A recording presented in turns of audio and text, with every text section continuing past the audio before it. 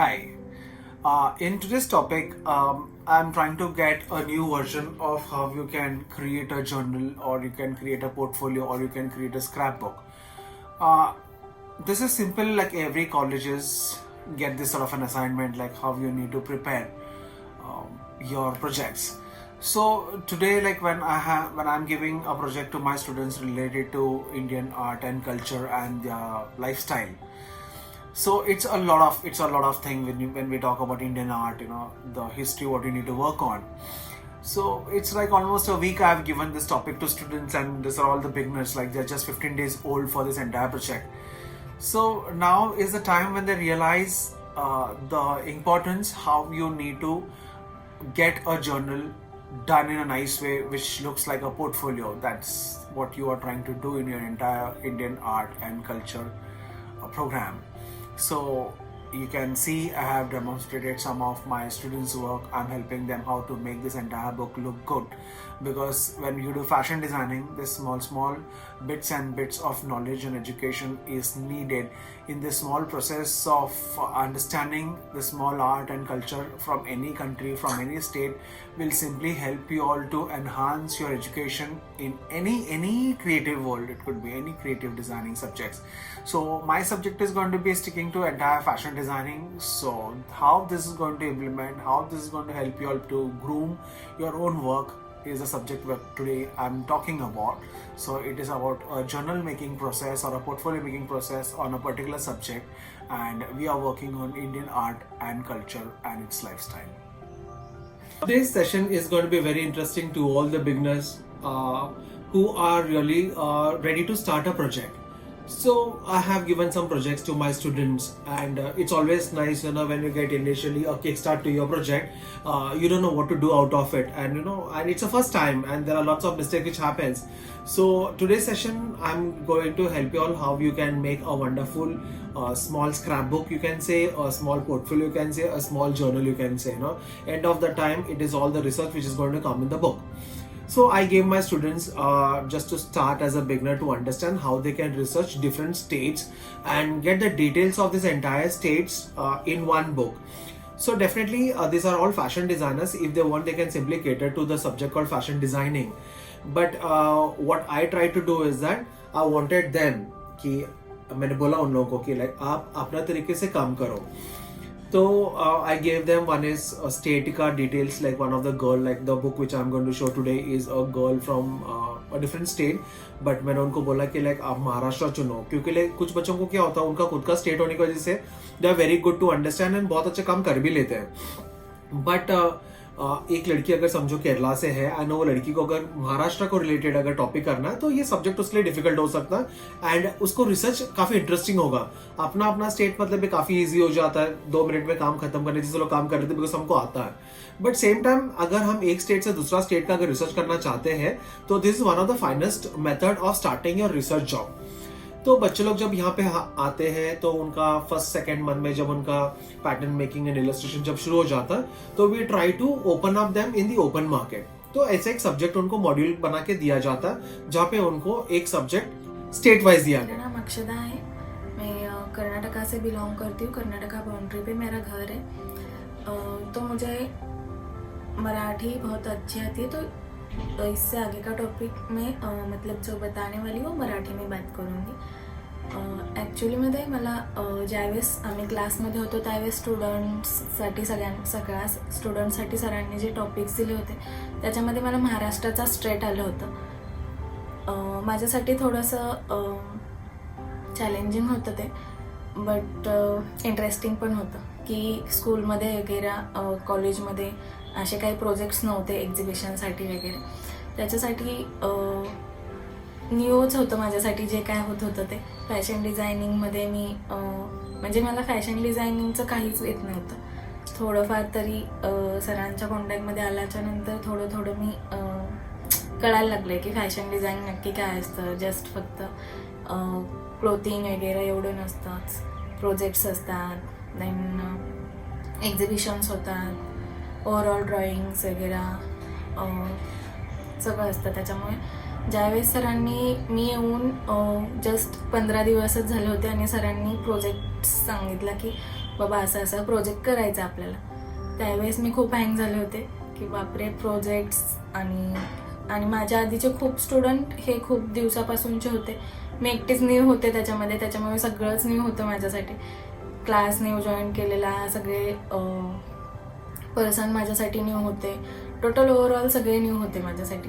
त्याच्यामुळे मी ॲक्च्युअलमध्ये थोडीशी खूपच म्हणजे भीती पण वाटत होती काही गोष्टींची, बट असं पण वाटत होतं की नाही मी करेल. खूप टेन्शन आलं होतं मला, कारण की फर्स्ट टाइम काहीतरी करते म्हणल्याच्या नंतर ते बेस्ट दाखवायचं होतं मला सगळ्यांमध्ये. मग ते झाल्याच्या नंतर मी रिसर्चसाठी बाहेर पडले.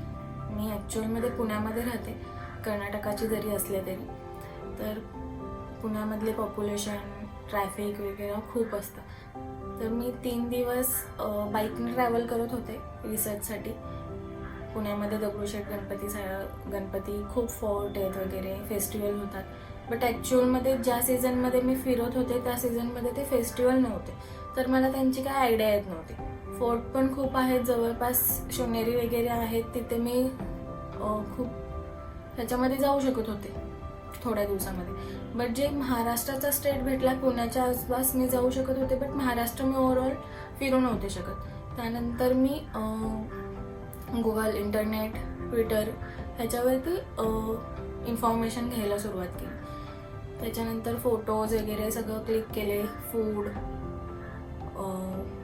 त्यांचे ड्रेसिंग सेन्स काय वेअर करतात, आधी काय वेअर करायचे, तिथे फूड काय चालतं, तिथली पब्लिसिटी काय, अजून फेमस काय किती केव्ज आहेत, किती फोर्ट आहेत महाराष्ट्रामध्ये, लँग्वेज काय चालते, कोणती लँग्वेज चालते, काय कास्टचे लोक राहतात आपल्या इथे, हा सगळ्याचा रिसर्च करत होते. देन मी प्रोजेक्ट रेडी करायला घेतला.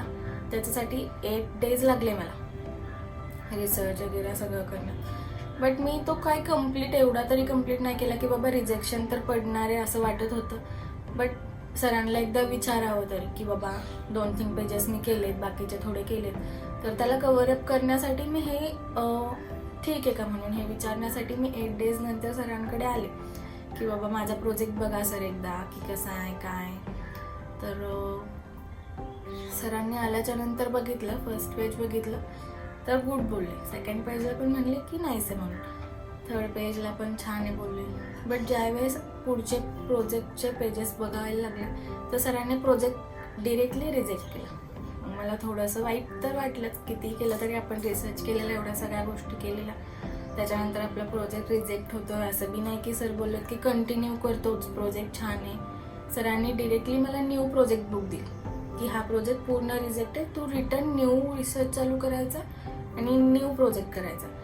त्यांना जे प्रेझेंटेशन पाहिजे होतं ते ह्यामध्ये सफिशियंट नव्हते ते त्याच्यामध्ये, की बाबा की थोडं तरी छान आहे वगैरे असं काही. त्याच्यामुळे रिटर्न न्यू बुक आली, मला रिटर्न रिसर्च करायचा होता. मी थोडीशी परत टेन्शनमध्ये गेले. बाबा सरांना नक्की काय पाहिजे हेच कळत नव्हतं. सरांनी डेमोसाठी बुक्स दाखवल्या की बाबा जुने स्टुडंट आहेत, त्यांनी असे प्रोजेक्ट्स केले होते, ते एकदा बघ, देन कर तू. बट ते बघितलं तरी पण काही आयडियाज येत नव्हत्या, बिकॉज त्यांना खूप इयर्स झाले होते की ते फॅशन डिझायनिंग करतात. मी 15 days काय करू आणि काय नाही हे काहीच कळत नव्हतं. देन मी परत आल्याच्या नंतर सर बोलले की मी तुला एक्सप्लेन करतो, मग आपण बोलूया. तो यू हर्ड अक्षदा टॉकिंग, तो उन्होंने अपना जरिया बताया कि लाइक कहाँ पे मैं गलत हो रही थी, मेरे लिए डिफिकल्ट होता समझने के लिए, या मैं नई स्टूडेंट हूँ एंड पुराना स्टूडेंट के बीच में मेरे लिए बहुत नया हो रहा था ये सब चीज़ें. बट यहाँ पे जो भी आता हम ये महसूस कभी भी नहीं करते कौन नया है कौन पुराना है, बिकॉज मेरे ख्याल से सबका एक्सपीरियंस एंड सबका दिमाग अलग चलता. तो कितना भी कोई पुराना रहता, कितना भी कोई नया रहता, वो अपना दिमाग लेके आता है and I challenge that brain. इसलिए मेरे लिए सब लोग नए ही है एंड सब प्रोजेक्ट नया ही रहेगा.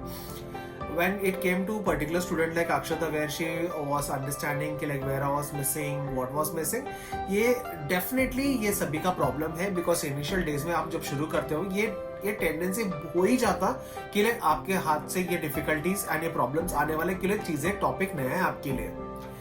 तो आप लोग भी डायरेक्टली मेरा ये YouTube चैनल आप पसंद भी कर सकते हो, लाइक भी कर सकते हो, फॉलो भी कर सकते हो। सेम टाइम आप ये सीख भी सकते हो कि लाइक एक पोर्टफोलियो या एक जर्नल या एक स्क्रैप बुक किस तरह से बनाना है। बोलता हूँ कि बहुत जन को जब हम एक्सप्लोरेशन के लिए देना चाहते हैं, एवरीवन अपना एक्सप्लोरेशन बाहर कंट्रीज पे लेकर जाते हैं, वे someone wants to work on US, someone wants to work on Greece, someone work to Dubai. So अलग अलग इंटरनेशनल मार्केट पे वो लोग ध्यान डालते हैं, जबकि मेरे लिए ये इंपॉर्टेंट है हमारे बच्चे लोग को हमारा इंटरनल स्टेट जाना बहुत जरूरी है before they get into international market. So that is one reason why I have gave this internal state का जानकारी पहले रखो। हमारा नेबरिंग स्टेट क्या कर रहा है ये जानना बहुत जरूरी है। केरला क्या कर रहा है, तमिलनाडु क्या कर रहा है, कर्नाटका क्या कर रहा है, बिहार क्या कर रहा है, आसाम क्या कर रहा है। जब ये जानकारी पूरा क्लास के बैच के बीच के बच्चों में ये डिस्कशन होगा, ये टॉपिक का एक realization and understanding becomes more wider कि हम जिस कंट्री में रहते हैं वो कंट्री का पहला जानकारी जानो। तो सो मेरा नेक्स्ट पार्ट जो आपको मिलेगा is directly to how to plan your project.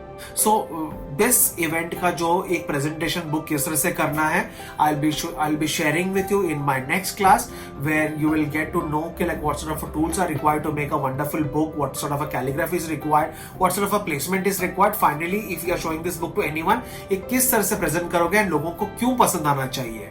तो I believe you people are understanding मैं क्या करने का कोशिश कर रहा हूँ एंड तुमको क्या सीखना है मेरे पास से।